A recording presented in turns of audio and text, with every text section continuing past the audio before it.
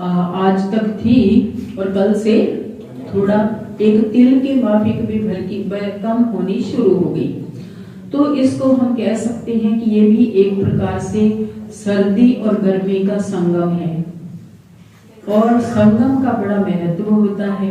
हमें पता है कि संगम युग को हम कहते हैं कि कलयुग और सतयुग का संगम। जब कलयुग जाने वाला सतयुग आने वाला होता है उसके बीच को पुरुषोत्तम संगम युग कहा जाता है। तो उनके अनेक यादगार बने हुए हैं। तो ये भी एक यादगार है। ये संगम का समय है जब सर्दी जारी है और फिर आगे गर्मी स्टार्ट होने का टाइम होता है। और इस दिन खास अग्नि जलाते हैं। ये योग अग्नि का प्रतीक है क्योंकि दो प्रकार की अग्नि होती है, हम सबको पता है। एक होती है विकारों की अग्नि और दूसरी होती है योग की अग्नि। तो योग की अग्नि से परिवर्तन आता है। जो हमारे पुराने संस्कार हैं, स्वभाव हैं, पुरानी आदतें हैं, पुराने अवगुण हैं, वो सब खत्म होकर के नए गुणों को धारण करना, नया नया ज्ञान सुनना, समझना और जीवन में धारण करना, तो परिवर्तन आता है। पूरी लाइफ की जैसे कि परिवर्तन हो जाती है। तो राजयोग का माना भी है परिवर्तन। तो इसमें हम यही रहेंगे कि योग की अग्नि जलानी है।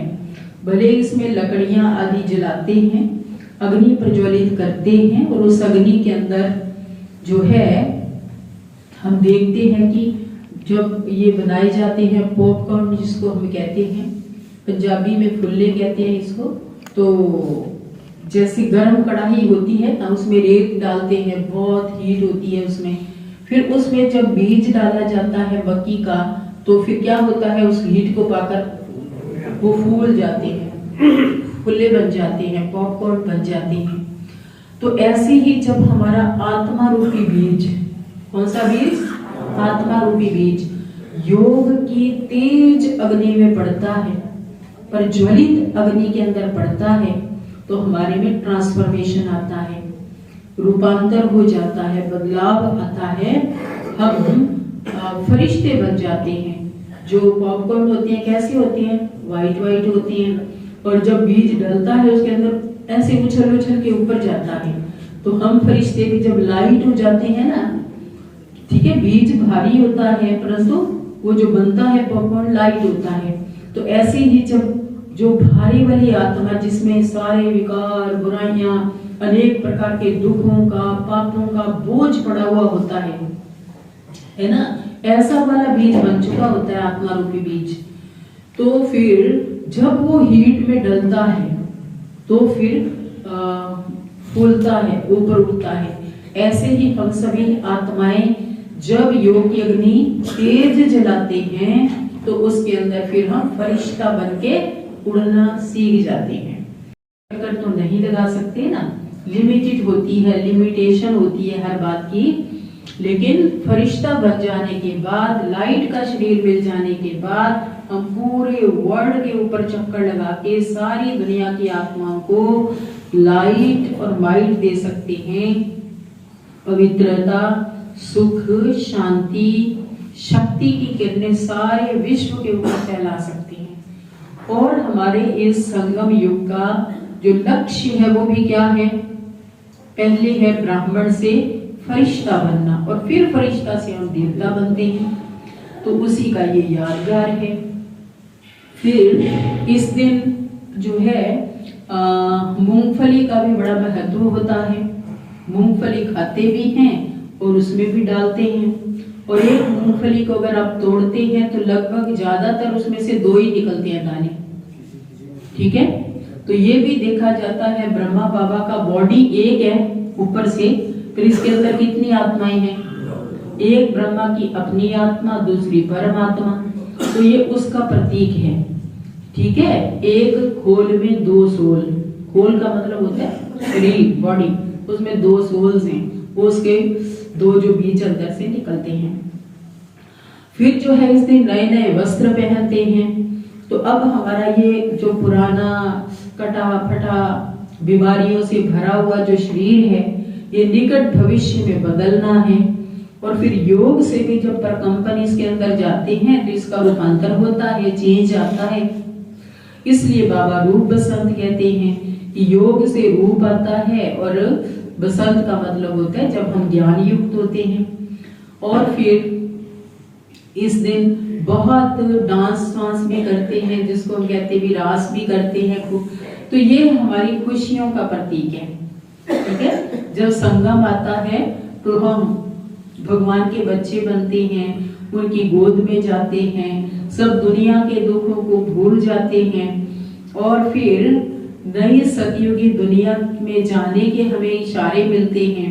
हम वैसा परफेक्शन की ओर बढ़ते जाते हैं, और बहुत खुशी का अनुभव होता है, जिसको कहते हैं अति इंद्रिय सुख। इंद्रियों के सुख से परे का सुख जब आत्मा को प्राप्त होता है, प्रभु प्यार का रस, प्रभु की जो पवित्रता है वो हमारे अंदर एंटर करती है, तो हम बहुत खुश होते हैं, है ना। सही मायने में सच्ची खुशी प्योरिटी के अंदर छिपी हुई है। तो फिर जब खुश होता है बंदा, तो मतलब आत्मा, तो उसके पांव धरती पर नहीं होते हैं, टिकते ही नहीं है। तो उसका प्रतीक है, मतलब हम लोग तो मन से रास करते हैं, जिसको आता है वो शरीर से भी कर लेते हैं, लेकिन असल में ये मतलब खुशी का डांस है, खुशी का रास है।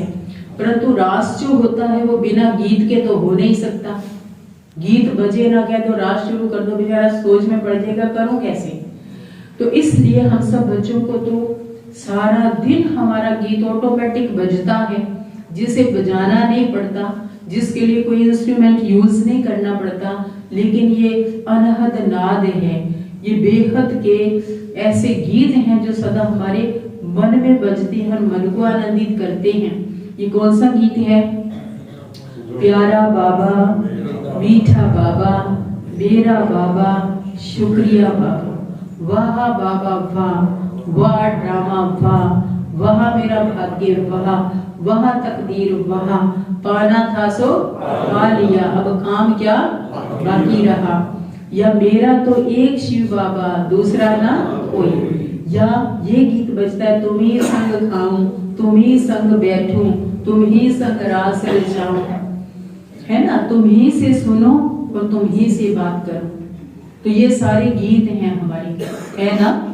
तो ये वाले गीत हमारे जब अंदर बजते हैं तो आप समझ सकते हैं कि हमारा दिल रास करता है, हमारा मन रास करता है, और हम खुशियों में नाचते हैं।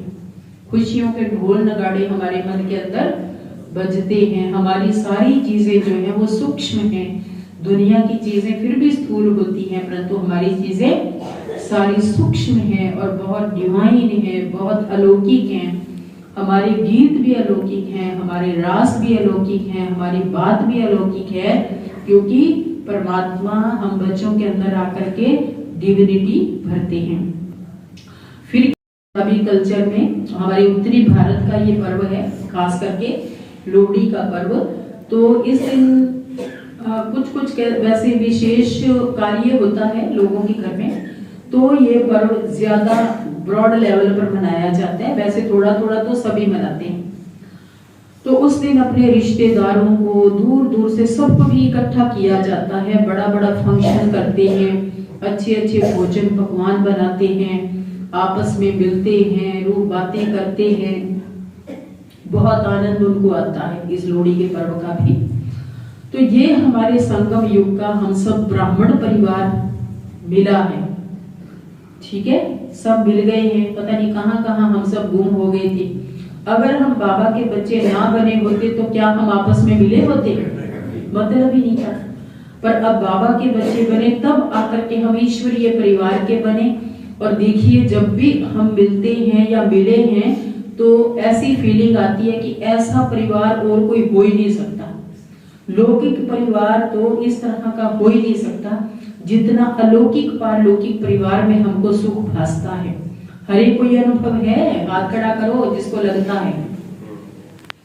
जो कल्प पहले वाली देवताई आत्मा है, जो यहाँ जब आते हैं तो बहुत बार देखा जाता है कि उनको हमने पहले कभी मिले भी नहीं होते, कभी देखा भी नहीं होता, परंतु वो आत्मा जब सामने आती है तो ऐसा लगता है, इसको तो ऐसा लग रहा है कि देखा हुआ है।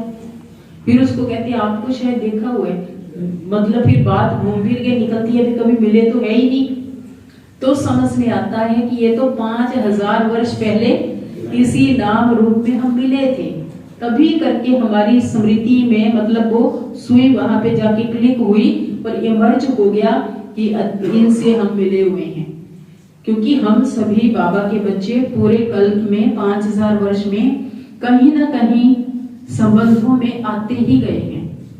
शुरू से लेकर ड्रामा के एंड तक भी मिलते आए हैं बीच बीच में। तो तभी हमको ये स्मृति इमर्ज होती है और फिर हम ब्राह्मणों के यही उत्सव हैं, यही त्योहार हैं, यही आपस में मिलन है, यही हमारी खुशियां हैं। ठीक है, तो लौकिक वाली नहीं लेकिन अलौकिक पारलौकिक बेहद की खुशियां। तो पुनः आप सभी को आज के पावन पर्व की बहुत बहुत हार्दिक मुबारक, बहुत बहुत बधाई हो। ओम शांति।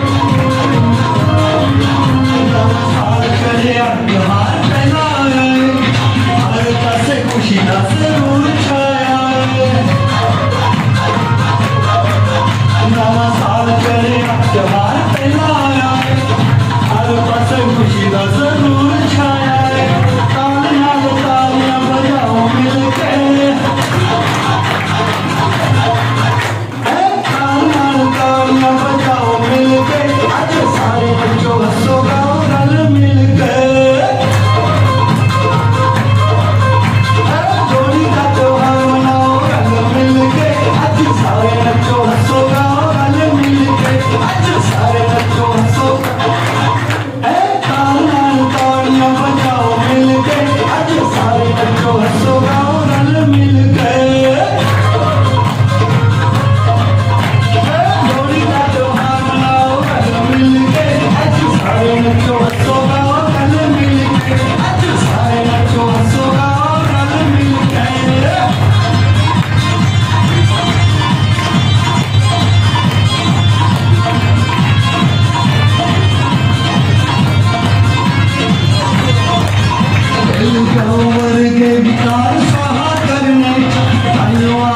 ते लगे दाग सड़ने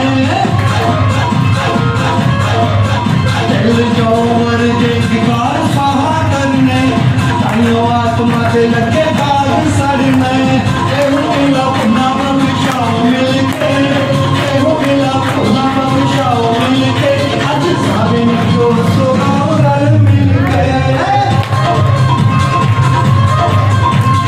लोहड़ी का त्योहार मनाओ रल मिलके आज सारे जो सोगाओ रल मिलके आज सारे जो सोगाओ रल मिलके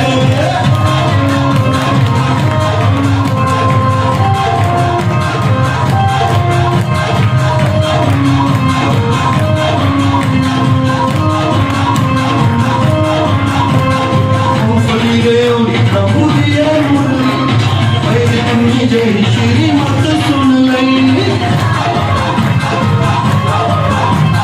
मूंगफली रेवड़ी प्रभु दिए मुरली मेरी अपनी जय श्री मत सुन लई सेवा की खजूर खाओ रल मिलके सेवा की खजूर खाओ रल मिलके आज सारे हंसो